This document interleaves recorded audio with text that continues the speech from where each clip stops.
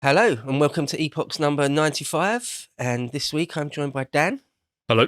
How are you doing? Yeah, pretty good. And I thought we could have a conversation, something a little bit different this week. Have a conversation just about the history of money, the history of economics, the history of markets. Sounds like a rip-roaring time. and all that Absolutely. sort Let's of do thing. that. Because I am actually interested, sort of an all-round history nerd. I'm interested in all sorts of things like the history of medicine, Right. the history of money, history of economics, all that sort of thing. Obviously, your background is perfect for this sort of thing, I think. I hope. Mhm. Just to mention, if people, I think I've mentioned it before once or twice, but I used to work in asset management and investment banking. And Yes, things. yes. So, but your knowledge, I know your knowledge is far superior to mine. However, well, not necessarily about this history stuff, because you've got a couple of things on the agenda, which, definitely a bit more your skill set. But I'll chip in wherever I can. Cool, yeah. Well, we may not get to them all. I've got a fair few here, but we may not get to them all. But some of the sort of big famous ones, it might be nice to go over and just talk about it. I think one of the things to mention or to talk about is how history repeats itself in all sorts of ways, but particularly with the history of markets. Yeah. The same sorts of things go on again and again. There's often a common theme, isn't there, to the kind of the reasons that brought it all down. Well, it's pretty much always overstate spending and borrowing. If it's a combination of those two things that crop up every time, effectively. Yeah, even going back to the ancient world. Yeah. And it's interesting that things that happened in the ancient world or in the Middle Ages, financial collapses and things, bubbles, the same thing still happens in our world. It's the same pattern of behaviour, isn't it? Because Right, the one constant is going to be human behaviour that occurs across all of these, and that basically doesn't change from one century to the next. Yeah. So even though the numbers may change and the asset in question is getting blown out of all proportion, that can change. But the human nature is consistent. So if you can understand what's going on in a lot of these historical examples, it's going to give you a framework of understanding for the next financial crisis whenever that occurs. Probably not long now. Yeah, right. Yeah, any day probably. Yeah, Any day. exactly. But the thing of human psychology. I think it's also quite interesting that in lots of ways it seems that human psychology hasn't really changed since the ancient world. Of course, the modern mind is a bit different, but only a little bit. Most people's sort of core motivations. It was all driven by the lizard brain, isn't it? It's either fear or greed, and wanting to protect your family and wanting to make a bit of money. Yeah, that was the same in the first century AD, and show off a bit like our first example. I mean, that all comes down to showing off, right? Yeah. Well, let's jump straight into it. The first one I wanted to talk about is the Tulipmania. Yes, so-called Tulipmania. So again, maybe arguably one of the most famous financial collapses there's ever been. And there was kind of a legitimate reason for getting into the tulip thing in the first place, because I mean, you got to remember, this is a very Calvinist society at the time. They're very austere. You know, they only wear black.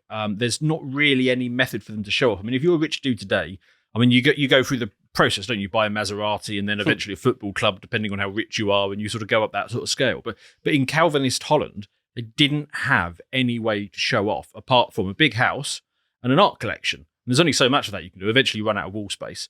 So they decided to express themselves. The only thing that they could use to add a bit of flair was tulips. And now tulips, you've got to remember, they're not native to Holland. They actually come from some mountain region in Asia or something like that. And there was basically one guy who went out there and he started finding them and sending them back home. And the basic tier, like the red ones and the yellow ones, they took to Holland climate really well, and they grew everywhere, and they became really popular. But you also had these ones with these sort of tiger stripe patterns on them that were very rare, and actually turns out the reason is because they had a virus in them, so they were very rare with this sort of pattern effect. But the other product of the virus is that they didn't produce many buds. Sometimes they only just replaced themselves; they didn't produce any extra ones.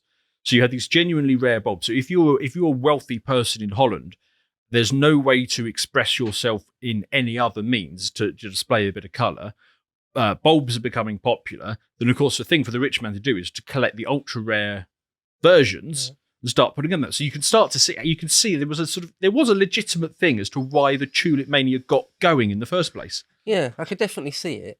For sure. I mean, it started off anyway, fairly reasonable. I think, like most markets, probably start off fairly reasonable, but just got to extreme proportions. Well, take the .com bubble. I mean, that was a sort of similar thing.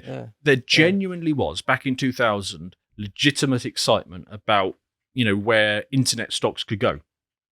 And as we know, I mean, even if you invested in Amazon or Google at the height of the .com bubble, even though they sort of crashed afterwards, they came back that and far, far more afterwards. So there was a legitimate thing going on then underneath it. But it's just that it got into a bit of a hype cycle, and that's kind of what happened here with these tulips as well. The hype train for sure. Yeah. Just put it in some historical perspective. It is very early. We're talking the first half of the 17th century, so it all sort of seemed to collapse in 1637 very quickly as bubbles burst very quickly over a matter of days. It was 1637, but earlier, a few years earlier, it sort of took a few years to build up to that. So Holland in those days, it was actually split into two. The more southern part controlled the Spanish Netherlands, and then the Dutch Republic higher up. Because the first half of the 17th century, you didn't really have what we would call a middle class exactly. The idea of the modern concept of the middle class doesn't go back that far. And yet it had started to emerge in. So what did you have? Just an army of plebs and a few very wealthy. Yeah, basically, yeah. Right. Yeah.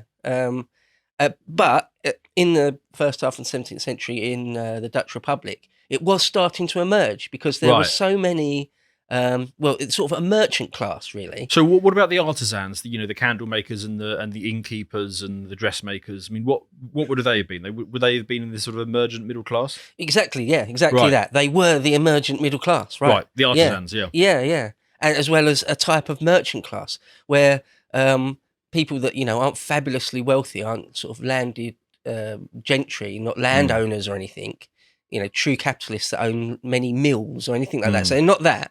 But they've got a fair bit of money. Well, they've got what's the right term for it when you've just got disposable income, or even a fairly large disposable income. A tulip garden, and that's exactly as you say. And you haven't got that much you can spend it on. Yeah, if you're not fabulously wealthy and you can't buy ships, right? You're not that rich. Because you're right. You've definitely got a fair bit of money. It was those huge townhouses, and it was art, and below that there was very little else to be sort of getting on with. So people started to develop these sort of beautiful gardens of tulips sort of out the front. And it's funny, it could have been anything really, though, couldn't it? They could have sort of latched onto a number of things. It just happened to be tulips. I mean, given the society at the time, it was quite difficult for it to be something else because of the strict Calvinist religion. The reason why tulips worked is because they came from God, and therefore they couldn't be declared heretical on the basis that they were, because if you tried to wear ostentation clothing, that would have been declared heretical and that would have been out straight away. But tulips, because they come from God, you can't question them on that basis. And also because, like you were saying, disposable income. The other part of disposable income is disposable time. So when you're poor, you spend all of your time working, and when you start to become a little bit more wealthy, you start to take more leisure hours. And again, strict Calvinist religion, they couldn't find a way to basically deploy that time. They couldn't go rock climbing, for example, or something like that. But gardening, that was seen as honest, decently religious, Protestant work ethic type stuff. Right, so they could deploy themselves doing gardening. So that became a popular middle class artisan hobby. So it gives you the flowers from God. It gives you the color. It gives you the decent work ethic. So it's a hobby. So it's basically one of the few things that they could actually sort of engage themselves in. And like you say, I mean, when this bloke who went off to Asia, he started sending back these bulbs, and they started to become more popular. Everybody started doing this. Everybody who could started having a flower garden, and then the bubble started to really pick up once this was established as a thing that everybody was getting into. That's a really interesting point. I hadn't really thought about that too much before, but you're absolutely right. That sort of very, very strict Protestantism, early sort of 17th century Protestant or Calvinism. A big element to that is one of the worst things you can do. One of the things God despises is to be lazy or indolent, to just waste your time, to do nothing. Yeah. That's a terrible sin. To do that. I hadn't really thought about it in those terms, but you're quite right. That is definitely a big part of it. But you don't want to spend all your hours working, So gardening fits the bill. It solves the problem. Yeah, yeah. And then what's interesting about the way that this really started to go bonkers is, if you think about how you would normally trade tulips, it started off originally, a guy would be sort of sat there with his tulip, and you could see it when it was bloomed, because these things only bloom for a short period every year. Yeah. And say, look, this is what it looks like. Would you like the bulbs that's coming off it? And they're like, okay, yeah, we have that, fine. But then, effectively, what they did is they created option trading, because they started saying, okay, well, we're going to, why wait until the bulb is actually available? Why not say, okay, what we're going to do is we're going to buy the option to buy the bulb from next year's harvest before it's even there, because that way you can extend the trade window. A futures option. Yeah, futures. Futures effectively. Yeah, so you can say because rather than waiting until the spring or the summer until you can see it, why don't you trade it the previous autumn? Yeah. And say, I want the, you tell me that you've got a red and white striped tulip.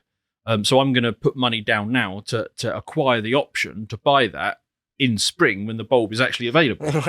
Yeah. And then that's interesting, isn't it? How quickly a future emerged, almost straight away.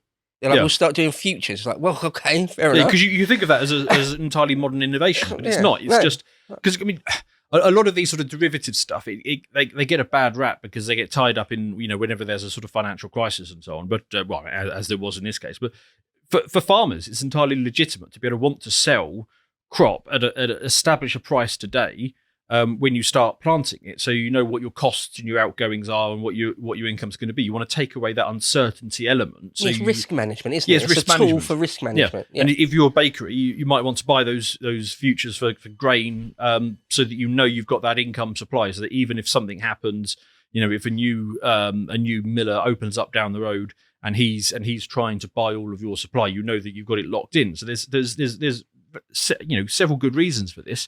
But that was the element in the tulip thing that allowed it to start getting a little bit crazy. Yeah. Because then people started borrowing money to buy these options. So you might be putting down 10% of the cost of the bulb to have the option, and then you're borrowing that as well. Because if you're going to put down 10% of the cost of the bulb, why not just borrow? Take your 10 guilders or whatever it is. Borrow 50 guilders, and then you can go out and buy like 6 loads of future contracts. And the other thing with these future contracts is that you only paid the difference when you got to the point. So and you don't have to wait until the year to sell it. So let's say, for example, you buy these future contracts for 10 guilders each, and then 2 months later, we're still 2 months before harvest time. People are now saying, okay, actually, I want to pay I don't know, whatever it is, 100 guilders for these red and white striped tulips. So you can sell the contract. So you've only put down 10. You bought the contract for 50, but you're now selling it for 100. So you've made 50 guilders on your 10. And then you've got the other 40 guilders that's going to be going to the farmer eventually, and so these things can trade, and you can see that before we even get to harvest season, these things might have been traded like 20 or 30 times. And this is fundamentally not that different to any of the modern crises, where things get traded and bid up. When you get into these bubbles, they just did it first. Yeah. I mean, everything you said there, it all depends on. At the end of the day, you get your lovely, brilliant tulip. Now, if you don't, on whatever the future isn't actually worth all that much at the end when the contract ends, then suddenly that whole pyramid, it's not the right word, but that whole thing sort of falls apart a bit. People stop making a profit if that's not what happens. Well, that kind of is what happened here, right. because they there was all of this interest, all of this trading around these options for the tulips that are going to be delivered in the future, and the pieces of paper, the contracts to buy these tulips were being traded at a frenetic rate and getting bid up and bid up and bid up, and this basically went on for like, was it 2 years, something like that? Well, I mean, the whole thing lasted a fair few years. Yeah, 3 or 4 years. Right. Well, it depends. It didn't just start on one day when people suddenly started going crazy. No, there was this long build-up where tulips became a thing. Yeah. And then the innovations around the trading of these contracts for future tulips got established. Then there was a speculation element for trading these things before the season began. And then there was the lending to buy the contracts, which were then getting speculated on. Now, all of this is telling the market there is massive demand for tulips. So what did people do over those 3 years? They went out and planted an absolute shit ton of tulips everywhere. And people focused on trying to make all of these rare elements and produce a black tulip and all of these sort of faddy things that they went off to do. So eventually, you're sort of 3 or 4 years in, like you say, and then this absolute glut of tulips arrives on the market, and you just can't support these high prices anymore. Right, yeah. And that was effectively the end of it, is the market had said, okay, well, you value these, you think these are rare, well, let's apply a massive amount of them then. Yeah. The old supply and demand thing. Suddenly the market's been flooded. You can see why that's a problem in this case, because it was a whole bunch of these contracts that have been borrowed against for future delivery. So if there's now a massive supply and the price comes down, well, that doesn't do any good, because I've paid like 400 guilders for a future contract for a tulip, and now I can go and buy that tulip for like 20 guilders or 10 guilders or whatever, because the supply has finally caught up with the demand. Yeah. And that was effectively the sort of crash that sort of brought it all down at the end. Yeah. I mean, I worked for a commodities trading company once, not as a trader, I must make that clear. I was just a back office person. But yeah, there was lots of futures going on, lots of future options being taken out all over the place. And it's one of those things, a little bit like the offside rule. Once you've got it in your head, it's not that complicated at all. But to try and explain it to someone who's got no frame of reference of what you're talking about, it's a little bit difficult to explain it clearly, don't you think? Well, it's basically just a contract to get something in the future that you're paying for today. Right, yeah. Okay, yeah. And you sell, you put a future on any commodity or any actual thing, and then you sell that, and you're out of the market once, right? So you've got no risk anymore. So you may have made a lot more profit if you just held on to it, but it's risky.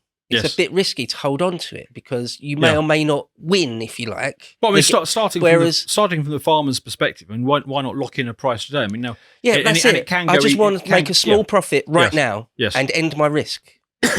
On something that might potentially, his product could become more expensive, or it could become cheaper. Right, but he doesn't ever want to get in the situation where he has 1 year where he can't feed himself. Right. So it is better to lock in surety than have it go the other way. And then if things get into a speculative bubble, or the farm down the road burns down, then the person who's bought the future contract is going to do very well as opposed to you. But likewise, another farm might get a bumper harvest, and then your crop would be suppressed. So it's just taking away that risk element. Yeah. So it is all a question of just managing your risk, really. And taking a smaller profit and locking it in. Except in this case, it was a speculative cycle. Got a bit out of hand. Yeah. I think there was an interesting story. There was this guy who owned a pub or an inn or something like that, and he had a fantastic collection of tulips. And he died, and he left behind these orphan children. And there was an auction to sell off his tulip collection. And I think it was something like 80,000 guilders that they raised by selling off his tulip collection. And then that was effectively the peak of the market. Right. And a few days after that, the whole the next time they tried to do an auction, just didn't go anywhere. Didn't happen. It was like the confidence had been knocked out of it. Well, that was the next thing I wanted to talk about, is confidence. Yeah. And just confidence in markets, all sorts of markets, not just tulip futures in the 17th century, but today. How interesting that is. I mean, well, first of all, say 80,000 guilders in the 17th century. That's a fortune. Yeah. That's a king's ransom, isn't it? That's an absolute fortune. It was like 3 or 4 children, but, if they were vaguely sensible, they would never need to work again in their lives. Yeah. So just say then, just quickly about they get them, usually come from Central Asia, I believe, but they get them through the Ottoman Empire. Yes. And so people started trading them at first, sort of in a relatively reasonable way, before sort of the futures thing got worked into it. And then, as you say, they started allowing you to buy on the margin, so to speak. Yes. You only had to put down a fraction of it. So again, it's like leveraging. It's like it's all very well if at the end of the day you make a profit, you essentially win. But if you don't, you're then just in a giant hole. You're just in a giant hole at that point. And when you get to the end of this whole thing, you know, you've got this extra supply of tulips that's now come onto the market. You've got all this borrowing against, these future contracts are now not worth what you sort of paid out for them. They had to effectively sort of restructure the debt. You know, the kind of thing that I'm hoping that the US and the UK and other Western economies are going to do now with their debt piles. They're going to have to restructure it. And back then, I think the courts basically worked out somewhere between 3.5% and 10% of the value of these contracts had to be honoured. So if you had borrowed money to do these things, you had to pay back your lenders at 3.5%, 10%. If we were to do that for, say, the US debt today, that would mean them paying back somewhere between $1 trillion and $3 trillion, which the US could do. I mean, that would be sensible. That's a lot less scary, isn't it? But the US is not going to pay back 31 trillion. So, you know, we are.